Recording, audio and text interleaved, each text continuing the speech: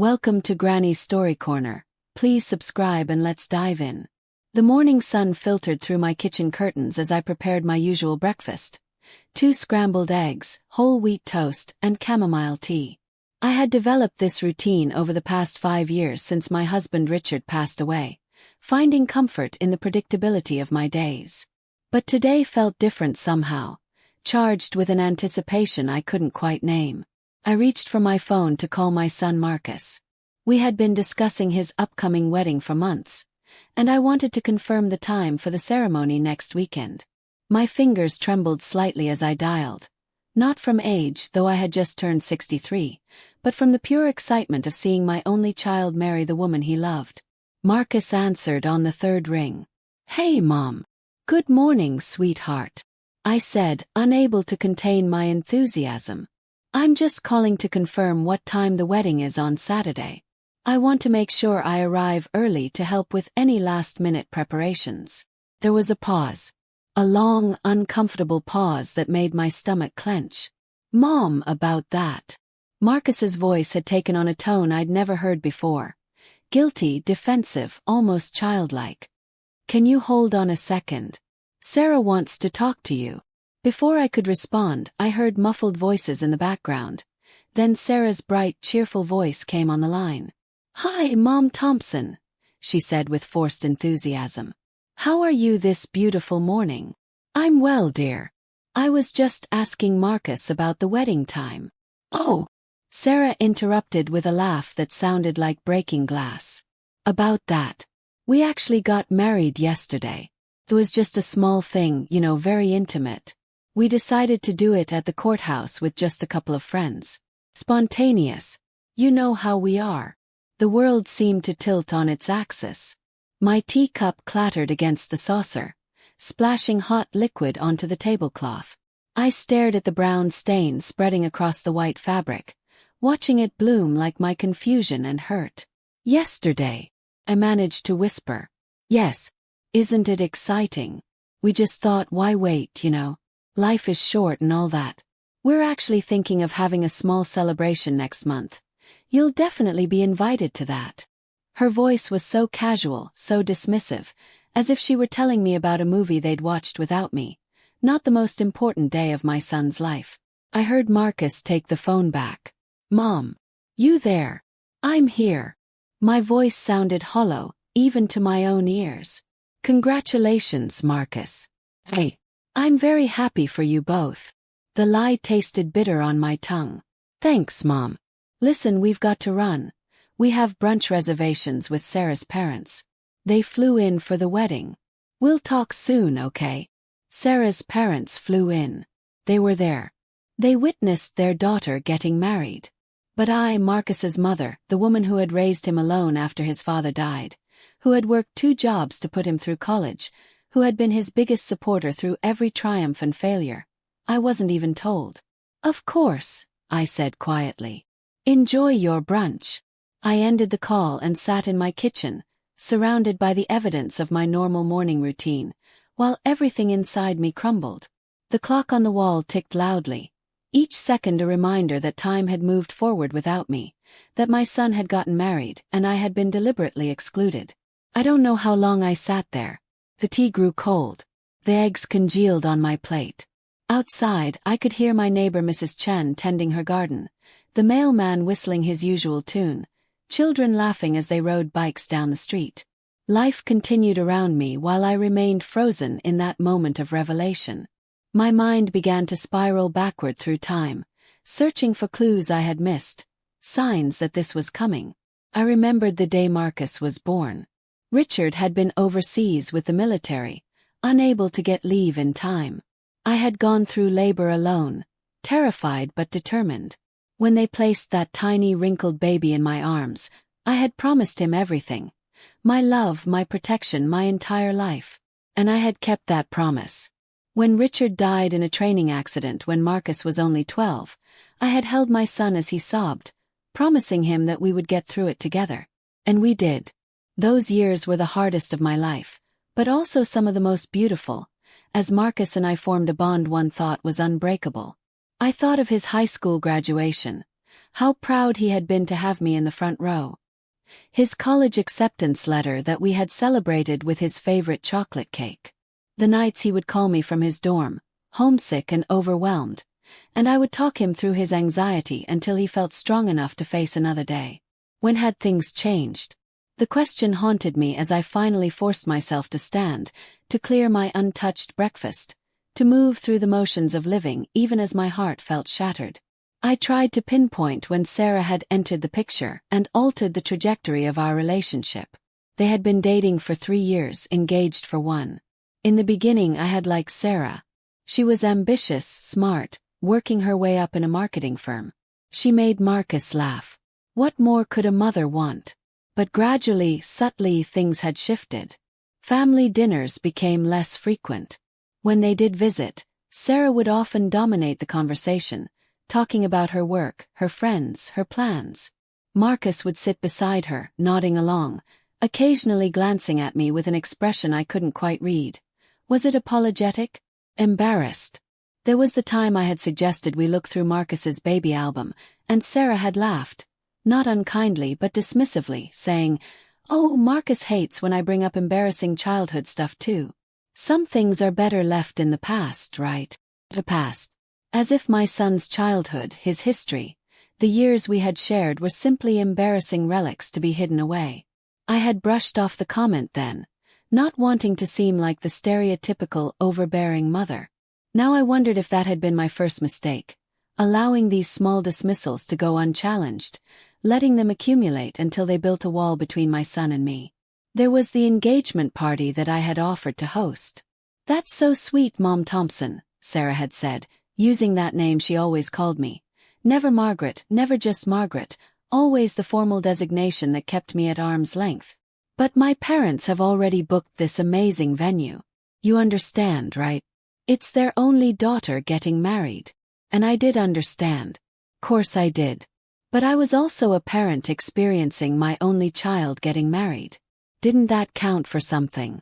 Marcus had been quiet during that conversation, studying his phone screen as if it held the secrets of the universe. "Maybe we could do a separate small dinner with your mom," he had suggested half-heartedly. "Of course." Sarah had agreed immediately. "We'll definitely do that." We never did. The engagement party came and went. I saw the photos on social media. Because yes, I had learned to navigate Facebook and Instagram, determined not to be the out-of-touch mother who missed important moments in her son's life. The pictures showed elaborate decorations, champagne towers, what must have been 75 to 100 guests. Sarah's parents, beaming in nearly every shot. Marcus smiling, though to my maternal eye, he looked slightly uncomfortable, his smile not quite reaching his eyes. I had sent a text. "The party looked beautiful. So sorry I couldn't be there." The response came 3 days later. "Thanks, Mom. Yeah, it was good." That was when I should have said something. When I should have insisted on a conversation about why I was being slowly edged out of the wedding planning, out of my son's life. But I had been afraid of being seen as difficult, as the clingy mother, as the stereotype that every man is taught to mock and resent. So I had stayed silent and smiled and accepted every excuse. I spent the rest of that horrible morning and into the afternoon in a fog. I called my sister Patricia, needing to tell someone, needing to hear another voice confirm that this was as terrible as it felt. "They did what?" Patricia's voice rose to a shriek. "Margaret, please tell me you're joking." "I wish I were," I said, my voice breaking for the first time since I'd ended the call with Marcus. "That little." Patricia caught herself. "I mean, how could Marcus do this to you? After everything you've done for him. After everything you sacrificed." "Patty, please," I said, though her outrage felt validating. "He's still my son. A son who got married without inviting his own mother." She was pacing now. I could hear her footsteps through the phone. "Do you know what Dave would say if our kids pulled something like this?" Well, I don't know what he'd do, but it would not be pretty." "Sarah's parents were there," I said quietly. "They flew in for it." The silence on the other end was deafening. "Oh, Margaret," Patricia finally said, her voice now gentle. I'm so sorry. I don't even have words for how wrong this is. We talked for another hour. Patricia offered to call Marcus herself, to demand an explanation. I begged her not to, afraid of making things worse, afraid of widening the chasm that had apparently opened between my son and me without my even realizing it. After we hung up, I found myself wandering through my house like a ghost haunting her own life. I ended up in Marcus's old room, which I had kept largely unchanged since he moved out for college. His soccer trophies still lined the shelf. His favorite books, Harry Potter, Lord of the Rings, the entire collection of Calvin and Hobbes, still filled the bookcase. His bed was made with the same blue comforter he'd had since high school. This was the room of a boy I knew, a son who loved me, who needed me. Where had that boy gone? When had he been replaced by this stranger who could get married without me? I opened his closet and found the box I was looking for. Photos from throughout his childhood. I sat on his bed and went through them one by one. Marcus at 3, gap-toothed and grinning, covered in mud from playing in the backyard. Marcus at 7, dressed as a superhero for Halloween. His cape, an old bedsheet I'd safety pinned to his shirt, trailing behind him. Marcus at 10, accepting an award for perfect attendance, looking so proud. Marcus at 16, dressed in his first suit for a school dance, letting me fuss with his tie even though he pretended to be annoyed. In every photo I could see the love between us. It wasn't manufactured or forced. It was real and true and beautiful. What had happened to that love? That evening, as I sat in my darkening living room without bothering to turn on the lights, my phone rang. It was Jennifer, one of my closest friends from the book club I joined after Richard died. Margaret, thank God you answered. I just saw Sarah's Facebook post about the wedding and Are you okay? So they had announced it online. Course they had. The modern way of sharing news, broadcasted to hundreds of acquaintances while the people who actually matter learn about it through a devastating phone call. I started, then found I couldn't lie. Well, I'm not okay. Jennifer arrived at my house 20 minutes later with a bottle of wine, a box of tissues, and a fierce expression. I'm not going to tell you how to feel, she said as she poured us each a generous glass. But I am going to tell you that you have every right to be absolutely furious. I keep trying to understand, I said, accepting the wine gratefully. Was it something I did? Something I said? Have I been too present in his life? Not present enough. Stop, Jennifer said firmly. Do not do this to yourself. Do not twist yourself into knots trying to justify their behavior. What they did was cruel. Period. But maybe. No maybes, she interrupted. Margaret, you are one of the kindest, most thoughtful people I know. You've always respected Marcus's independence. You never dropped by unannounced. You never made demands. You've been nothing but supportive of his relationship with Sarah. So whatever is going on here, it's not about you being a bad mother. Her words cracked something open in me, and I began to cry. Not delicate tears but huge, gasping sobs that shook my entire body. Jennifer held me as I wept for the wedding I would never see, for the mother-son moments that had been stolen from me, for the relationship that was apparently already dead though I had just realized it. I raised him alone, I choked out between sobs. After Richard died, it was just us. We were a team. I worked so hard to give him everything he needed, to be both mother and father, to make sure he never felt like he was missing out because of what we'd lost. And now? I know, Jennifer soothed. I know. How could he hurt me like this?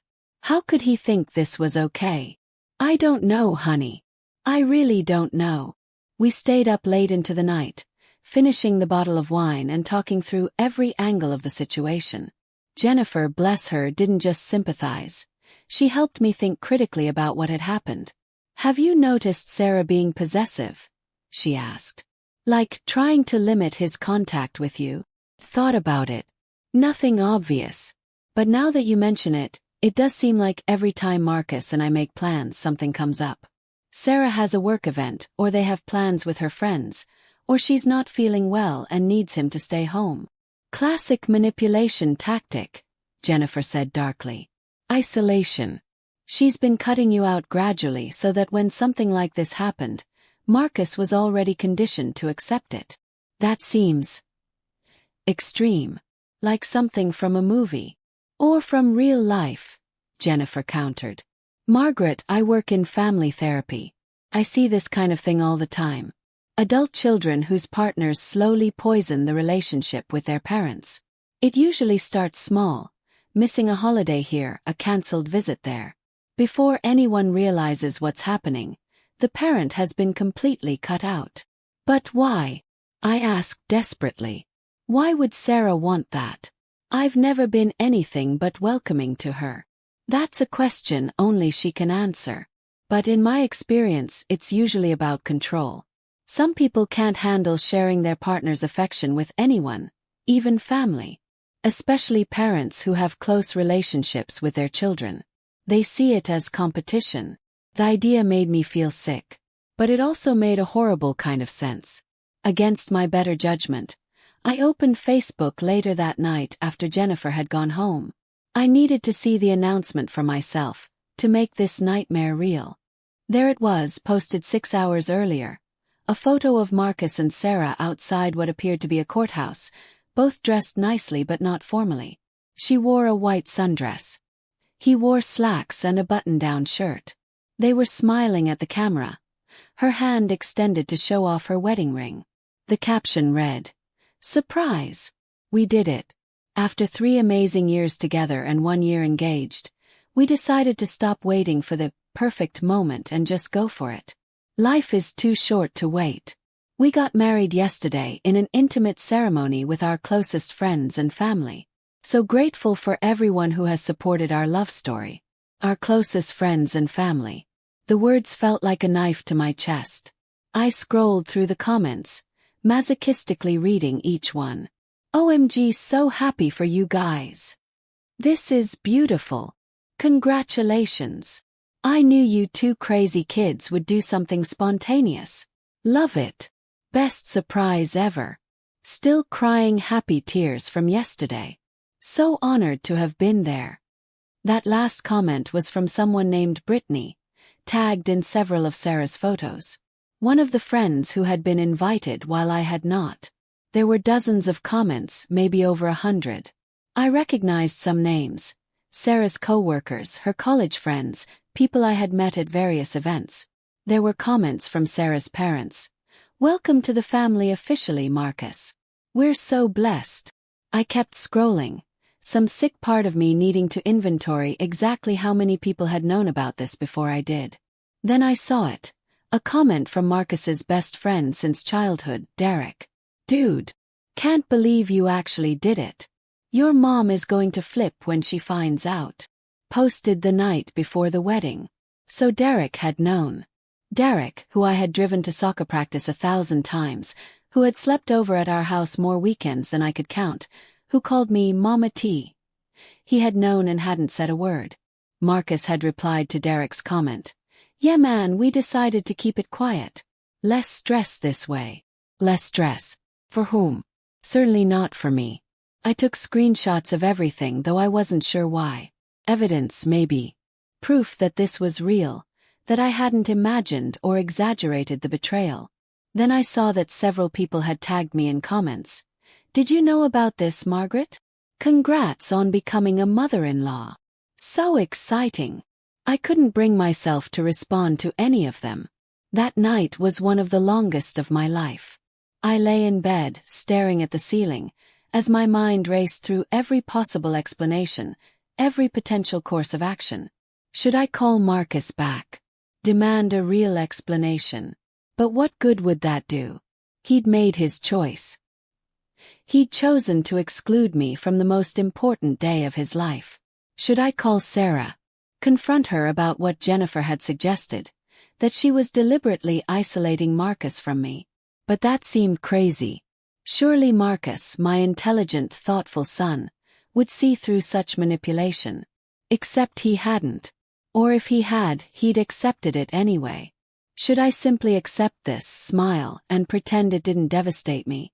Play the part of the understanding mother who supports her son no matter what?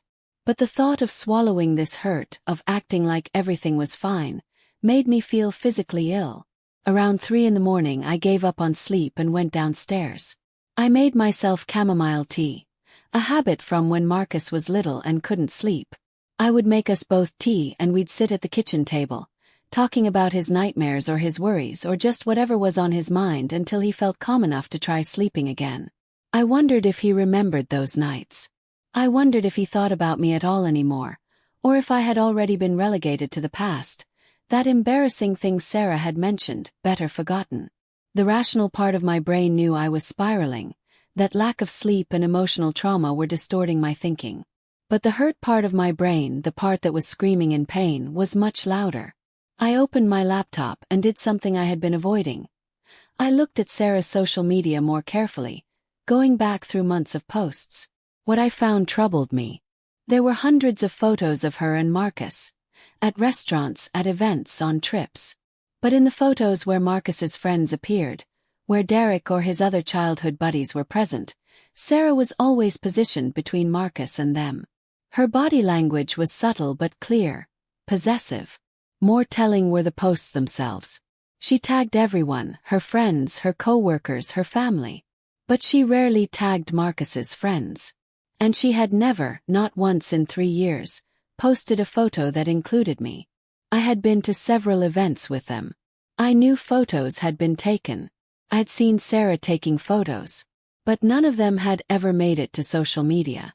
I had been systematically edited out of her carefully curated presentation of their life.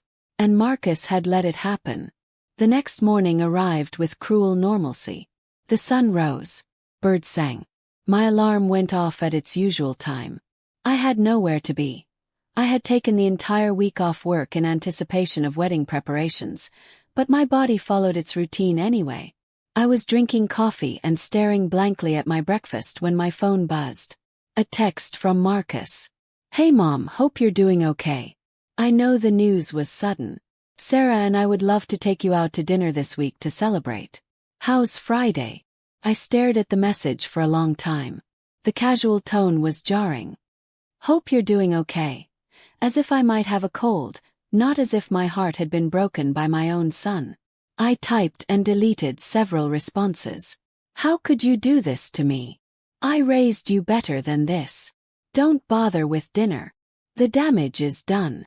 Why wasn't I enough? Finally I settled on. I need some time before I'm ready to see you both. I'll let you know when I'm ready to talk. His response came quickly. Okay. Just don't want things to be weird between us. Don't want things to be weird. As if that ship hadn't already sailed, crashed into an iceberg, and sunk to the bottom of the ocean. I didn't respond. The day stretched ahead of me, empty and meaningless. I had nothing to do, nowhere to go.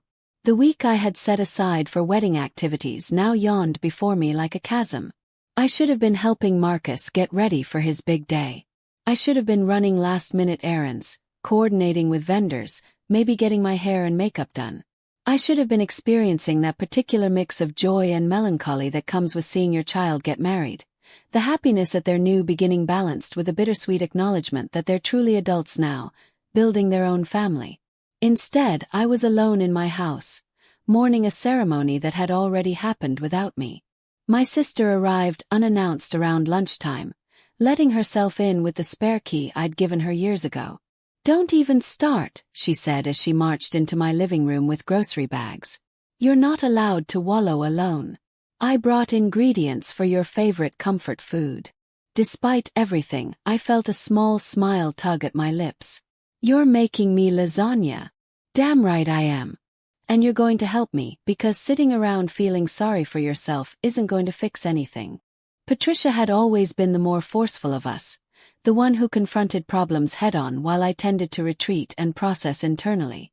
After Richard died, she had been the one who kept me moving forward when all I wanted to do was curl up and disappear. We worked together in the kitchen, falling into the rhythm we'd developed over decades of cooking together. She chopped vegetables while I prepared the cheese mixture.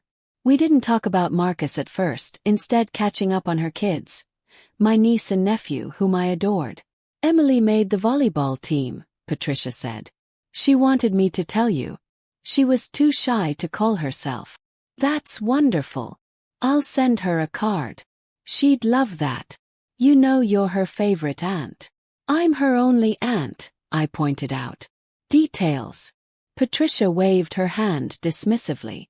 Then more seriously, she asked about Marcus's wedding. Wanted to know if she should send a gift. My hands stilled in the ricotta mixture. What did you tell her? The truth. That the wedding already happened and Marcus didn't invite any of us. She was confused. Wanted to know if you and Marcus had a fight. What did you say? That I didn't know what was going on, but that sometimes people make hurtful choices and we have to decide how to respond to them. Patricia set down her knife and looked at me directly. Margaret, you need to think about what you want to happen next. What do you mean? I mean, how are you going to handle this?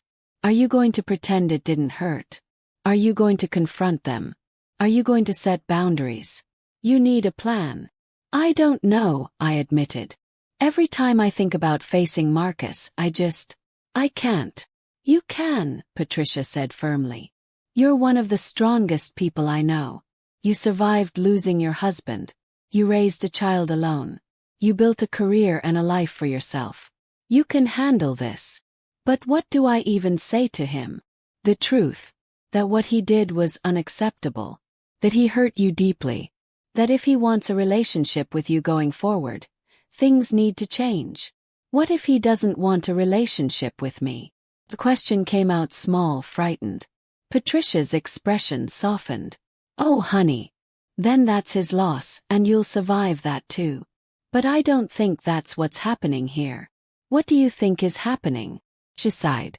Honestly, I think Marcus is being manipulated by Sarah, and he's too caught up in the relationship to see it. I think he's probably feeling guilty as hell right now but doesn't know how to fix it because he'd have to admit that what he did was wrong, which means admitting that he's been letting Sarah control his decisions. That's a hard thing for anyone to face, especially a man who has always prided himself on being independent. So what do? You tell him the truth. You make it clear that this hurt you, that it damaged your relationship, and that you're not going to pretend otherwise. And then you let him decide what he wants to do with that information. But Margaret, and this is important, you cannot sacrifice your self-respect to maintain a relationship with him. If he can't acknowledge what he did wrong, if he can't set appropriate boundaries with his wife, then you need to protect yourself, even if that means stepping back from him. The idea of stepping back from Marcus made my chest tighten with anxiety. But I knew Patricia was right. I couldn't contort myself into whatever shape would be acceptable to Sarah. I couldn't erase my hurt to make them comfortable.